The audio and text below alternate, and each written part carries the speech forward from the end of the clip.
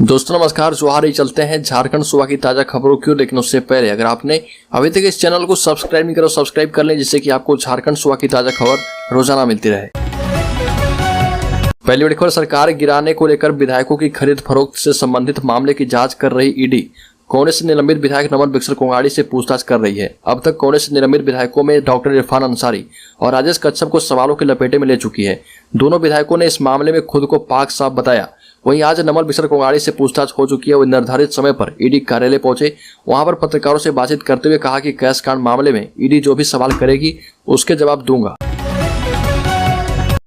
राज्य के कल्याण मंत्री चंपई सोरेन का बड़ा फैसला, राज्य के सरकारी स्कूलों के क्लास 8 से 10 में पढ़ने वाले सभी श्रेणी के बच्चों को कल्याण विभाग की ओर से साइकिल दी जाएगी और इसके लिए तीसरी बार प्रक्रिया शुरू करने की अनुमति मिल चुकी है। अब तक टेंडर की शर्तों की वजह से साल 2020-21, 2021-2022 के बाद अब 2022-23 में भी बच्चों को साइकिल नहीं मिली है। बच्चों को साइकिल मिले, इसके लिए टेंडर में संशोधन करने की बात सामने आई थी और इसके लिए नया टेंडर प्रस्ताव तैयार किया गया था। इस प्रस्ताव को कल्याण मंत्री चंपई सोरेन की अनुमति मिल गई है। राज्य भर के पीडीएस दुकानदार हड़ताल पर है। रांची में 3 दिन 6 लाख लाभुकों को नहीं मिलेगा अनाज। रांची सहित राज्य भर में जन वितरण प्रणाली पीडीएस को सशक्त बनाने का अभियान चल रहा और 1 फरवरी से 14 फरवरी तक चलने वाले इस अभियान में राशन कार्ड के लाभुकों का आधार सीडिंग, कार्ड में लिए गए फर्जीवाड़े का सत्यापन, एक ही लाभुक का नाम 2-3 कार्ड में दर्ज होने और बायोमेट्रिक्स की गड़बड़ी दूर करना है। लेकिन ये सभी काम जिन राशन डीलरों को करने हैं, इसके बदले मात्र 1 रुपये प्रति किलो खाद्यान्न की दर से कमीशन दिया जा रहा। 10 वर्षों से इसी कमीशन पर पीडीएस दुकानदार काम कर रहे। कमीशन बढ़ाने सहित 7 सूत्री मांगों को पूरा करने की मांग पूरी होती ना देखकर नाराज राज्य भर के 25,000 से अधिक पीडीएस दुकानदार मंगलवार से हड़ताल पर चले गए हैं। राज्य के गढ़वा जिले के पड़वा अंचल के अंचलाधिकारी चंद्रदेव प्रसाद के द्वारा अवैध तरीके से बालू उठाव करने वालों के खिलाफ लगातार छापेमारी की जा रही है। सीओ चंद्रदेव प्रसाद ने रात करीब 1 बजे बालू माफियाओं के खिलाफ बड़ी कार्रवाई की। कोयल नदी के गाड़ी खास घाट और सदावा नदी से रात करीब 1 बजे बालू का उठाव कर रहे 5 ट्रैक्टर और 2 ट्रक को पकड़ लिया है और पुलिस को सौंप दिया है। सीओ चंद्रदेव प्रसाद ने बताया कि लगातार सूचना मिल रही थी कि रात में बालू माफियाओं के द्वारा बालू का उठाव अवैध तरीके से किया जा रहा।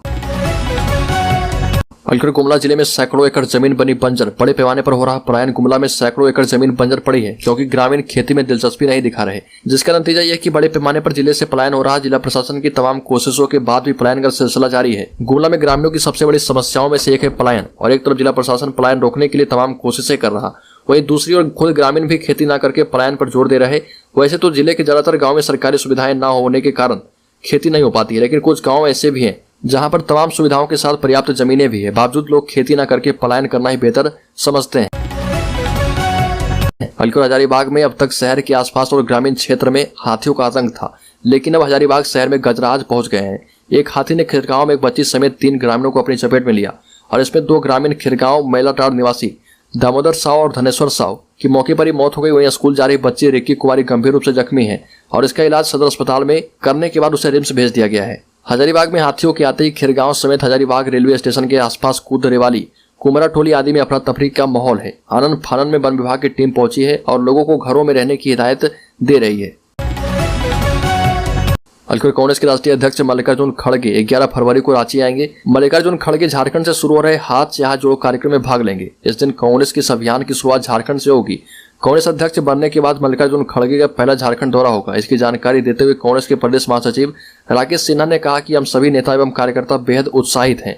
आदरणीय मल्लिकार्जुन खड़गे जी का झारखंड की धरती पर स्वागत है और उनके आने से झारखंड प्रदेश कांग्रेस को और भी मजबूती मिलेगी। साहिबगंज में तेजी से हो रहा मनिहारी पुल का निर्माण देश का तीसरा सबसे बड़ा पुल होगा। साहिबगंज की जनता का सपना जल्द पूरा होने वाला है क्योंकि अगले साल के अंत तक साहिबगंज मनिहारी पुल का निर्माण पूरा हो जाएगा। इस पुल का निर्माण झारखंड के विकास के लिए मील का पत्थर साबित होने वाला है। संथाल परगना से बिहार के रिश्ते मजबूत होने वाले हैं क्योंकि जल्द ही साहिबगंज मनिहारी पुल का निर्माण पूरा होने वाला है। पुल निर्माण के साथ ही साहिबगंज जिला वासियों की सालों पुरानी मांग गंगा पुल का सपना साकार हो जाएगा। साथ ही साहिबगंज में बनने वाला यह पुल देश का तीसरा सबसे बड़ा पुल होगा जो कि 2024 के अंत तक बनकर तैयार हो जाएगा। लातेहार में महिला व्यवसायी की हत्या से लोगों में आक्रोश, मालूमात थाना का किया गया घेराव। लातेहार में महिला व्यवसायी की हत्या से लोगों में काफी आक्रोश है। लोग पुलिस के रवैये से काफी नाराज हैं। इसी नाराजगी को लेकर लोगों ने मालूमात थाना क्षेत्र का घेराव कर जाहिर किया। गत दिनों मालूमात थाना क्षेत्र के मसियातो गांव निवासी सुनीता देवी नामक एक महिला व्यवसायी की गला रेतकर हत्या कर दी गई थी। हत्यारों ने इस दौरान महिला की दुकान से पैसे एवं अन्य सामान को लूट लिया था। इस घटना के बाद पूरे इलाके में जबरदस्त आक्रोश फैल गया है। ग्रामीणों के द्वारा लगातार ये मांग की जा रही है कि हत्यारों की गिरफ्तारी की जाए। हल्कर पारसनाथ विवाद में पूर्व सांसद सालखर मुर्मू का विवादास्पद बयान, कहा कि पहाड़ी आदिवासियों को नहीं सौंपी गई तो जैन मंदिर को ध्वस्त कर देंगे। सालखर मुर्मू ने कहा कि पारसनाथ आदिवासियों का मरांग बुरु है, यानी देवता की पहाड़ी है, और इसे उन्हें नहीं सौंपा गया तो यहाँ के जैन मंदिरों को बाबरी मस्जिद की तरह ध्वस्त किया जाएगा। साथ ही सालखर मुर्मू ने ऐलान किया कि मरांग बुरु पर अधिकार के मुद्दे पर आदिवासी सिंगल अभियान के कार्यकर्ता आगामी 11 फरवरी से अनिश्चितकालीन रेल रोको आंदोलन शुरू करेंगे। आपको बता दें कि झारखंड की पारसनाथ पहाड़ी को लेकर बीते 2 महीने से विवाद गहरा उठा है और यह देश दुनिया के जैन धर्मावलंबियों का भी सर्वोच्च तीर्थ स्थल है। अमृतसर पहुंचे झारखंड के मुख्यमंत्री हेमंत सोरेन श्री हरिमंदिर साहिब में टेका मत्था। झारखंड राज्य के मुख्यमंत्री हेमंत सोरेन अमृतसर पहुंचे और यहां पर पहुंचकर उन्होंने हरिमंदिर साहिब में माथा टेका और कहा कि पंजाब में आकर बेहद खुशी हुई। साथ ही ये भी कहा कि यहाँ पर सभी जाति धर्म और राज्यों के लोगों को देखकर बेहद खुश हूं, किस तरह सभी लोग आपस में जुड़े हैं और यहाँ पर लोग सेवा भाव कर रहे हैं। राज्य में कृषि विपणन शुल्क विधेयक के विरोध में 15 फरवरी से खाद्यान्न व्यापार रहेगा बंद। कृषि उत्पाद की खरीद बिक्री पर सरकार की ओर से 2% कृषि बाजार शुल्क लगाया गया है। इस शुल्क के खिलाफ झारखंड के थोक खाद्यान्न व्यापारियों ने व्यावसायिक प्रतिष्ठान बंद करके विरोध प्रदर्शन किया।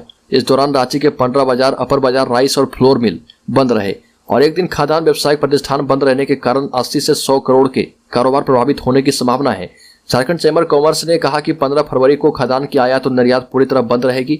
इस दौरान खाद्यान्न में थोक, खुदरा, राइस मिल, फ्लोर मिल सब बंद रहेगा। फेडरेशन के द्वारा इस बीच 1 सप्ताह तक अन्य कार्यक्रम भी किए जाएंगे।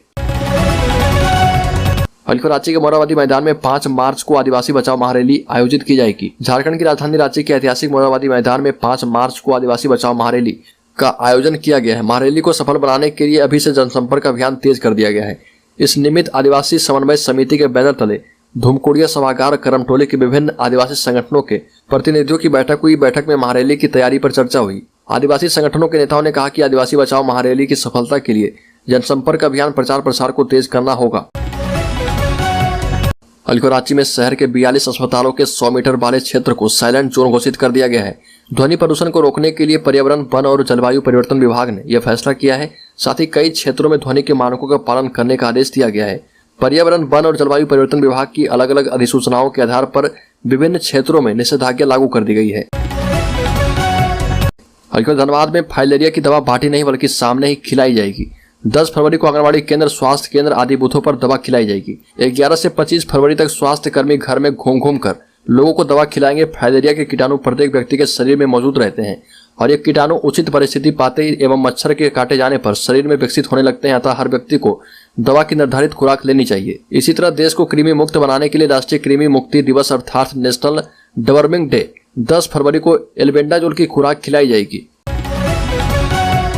झारखंड के मुख्यमंत्री हेमंत सोरेन की कांग्रेस विरोधी नेताओं के साथ नजदीकियां लगातार बढ़ती दिख रही है और इसे राजनीतिक विश्लेषक कुछ अलग ही आंक रहे। वो मुख्यमंत्री हेमंत सोरेन के राष्ट्रीय पटल पर तीसरे मोर्चे के गठन की पहल के रूप में देख रहे हैं। मुख्यमंत्री हेमंत सोरेन इन दिनों नई दिल्ली में डेरा डाले हुए हैं और दिल्ली के मुख्यमंत्री अरविंद केजरीवाल से मुलाकात कर चुके हैं। कुछ दिन पहले मुख्यमंत्री हेमंत सोरेन केरल दौरे पर थे और वहां पर उन्होंने केरल के मुख्यमंत्री पी विजयन से मुलाकात की थी। बीते साल तेलंगाना के मुख्यमंत्री केसीआर राव भी रांची आए थे। पाकुड़ में टोल टैक्स वसूली में मनमानी के खिलाफ फूटा ऑटो चालक का गुस्सा। पाकुड़ दुमका मुख्य सड़क जाम कर की नारेबाजी। पाकुड़ के ऑटो चालकों और ई रिक्शा चालकों ने मनमाने ढंग से संवेदक पर टोल टैक्स वसूली करने, अभद्र व्यवहार करने और मारपीट करने का आरोप लगाया। इसको लेकर चालकों ने डीसी आवास के समक्ष मुख्य सड़क को जाम कर दिया।